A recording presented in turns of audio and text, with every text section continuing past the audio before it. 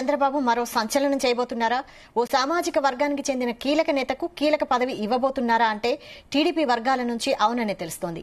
కూటమి ప్రభుత్వంలో వంగవీటి రాధాకు ప్రాధాన్యత ఇవ్వాలని చంద్రబాబు నిర్ణయించినట్లు తెలుస్తోంది. కాపు కమ్మల మధ్య దశాబ్దాల వైరాన్ని దూరం చేసి కూటమి విజయం కోసం వంగవీటి రాధా విశేషంగా కృషి చేశారని బాబు భావిస్తున్నారు.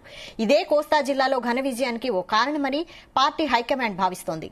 వంగవీటి రాధా కృషిని గుర్తించి ప్రభుత్వంలో సముచిత స్థానం ఇవ్వాలని చంద్రబాబు భావిస్తున్నట్లు చర్చ జరుగుతోంది.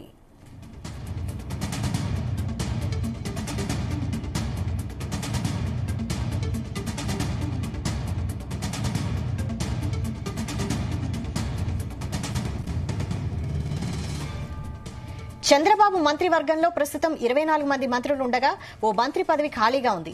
ఇందులో కాపు సామాజిక వర్గానికి చెందిన 4గురికి మంత్రి పదవులు దక్కాయి. అయినప్పటికీ వంగవీటి రాధా కృషిని పరిగణనలోకి తీసుకుని వ్యూహం మేరకే ఓ మంత్రి పదవి ఖాళీగా ఉంచినట్లు రాజకీయ వర్గాల్లో చర్చ జరుగుతోంది. త్వరలో మండలికి రాధాను ఎంపిక చేసి ఆయనను కేబినెట్లోకి తీసుకుంటారని టాక్ నడుస్తోంది.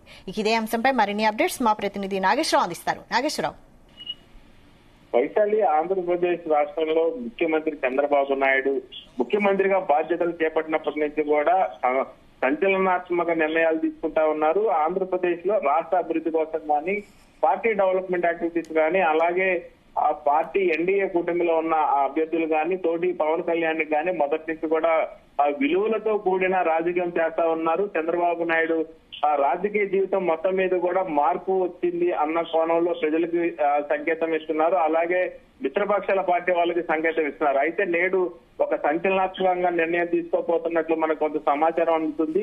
ఏదైతే 25 ముఖ్యమంత్రి బెర్తులకు సంబంధించి కూడా ఒక బెర్త్ మాత్రం ఖాళీగా ఉంచారు. ఆ ఒక్క ముఖ్యమంత్రి పదవి ఎవరికి ఇస్తున్నారనేది గత 10 రోజులు ఆ ఒక్క మంత్రి పదవి ఎవరికి ఇస్తారనేది కూడా గత 10 రోజుల నుంచి పెద్ద చర్చనీయాంశంగా మారింది.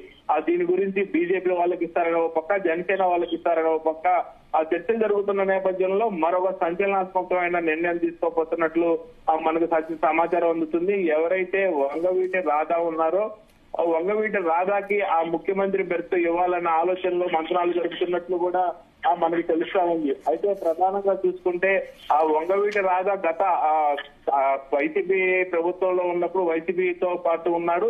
ఆ తర్వాత కొన్ని విభేదాల వల్ల వైసీపీ పార్టీ వీడి ఆ టీడీపీలోకి చేరారు. ఆ టీడీపీలోకి చేరినప్పటి నుంచి కూడా రాష్ట్ర వ్యాప్తంగా కూడా టీడీపీకి సంబంధించిన ముఖ్య సమావేశాలకు కానీ, అలాగే ఏదైతే ముఖ్యంగా కాపుకు సంబంధించిన రాష్ట్రం మొత్తంలో కూడా కాపుకు సంబంధించి నియోజకవర్గాల్లో ఏ మండలాల్లో ఏ గ్రామాల్లో ఎక్కువ కాపు ఓటింగ్ ఉందో ఆ కాపు ఓటింగ్ మొత్తం కూడా టీడీపీ పార్టీకి పడే విధంగా కూడా రాష్ట్రం మొత్తం తిరిగారు. రాష్ట్రం మొత్తం కూడా కాపుల్ని మొబిలైజ్ చేశారు. ప్రతి ఒక్క కాపు సమావేశానికి అటెండ్ అయ్యి ప్రతి ఒక్క నియోజకవర్గ మండలాల్లో కూడా ప్రజలకి చైతన్యపరుస్తూ టీడీపీకి ఓటేయాలంటూ కూడా అభ్యర్థించారు. ఈ నేపథ్యంలోనే ముఖ్యంగా రాష్ట్రంలో గత కొన్ని సంవత్సరాలుగా కూడా ఆ కాపుకి కమ్మకి సంబంధించి వైరం ఎక్కువ ఉండేదని కొంత మాట్లాడబడుతున్న నేపథ్యంలో ఏదైతే కాపుకి కమ్మకి మధ్య వైరాన్ని తగ్గించి రాష్ట్రంలో సంచలనాత్మకమైన పాలన అందిస్తూ సంచలనాత్మకమైన నిర్ణయాలు తీసుకుంటూ ఆ ప్రజలకి అభివృద్ధి బాటగా ప్రజలకి అభివృద్ధి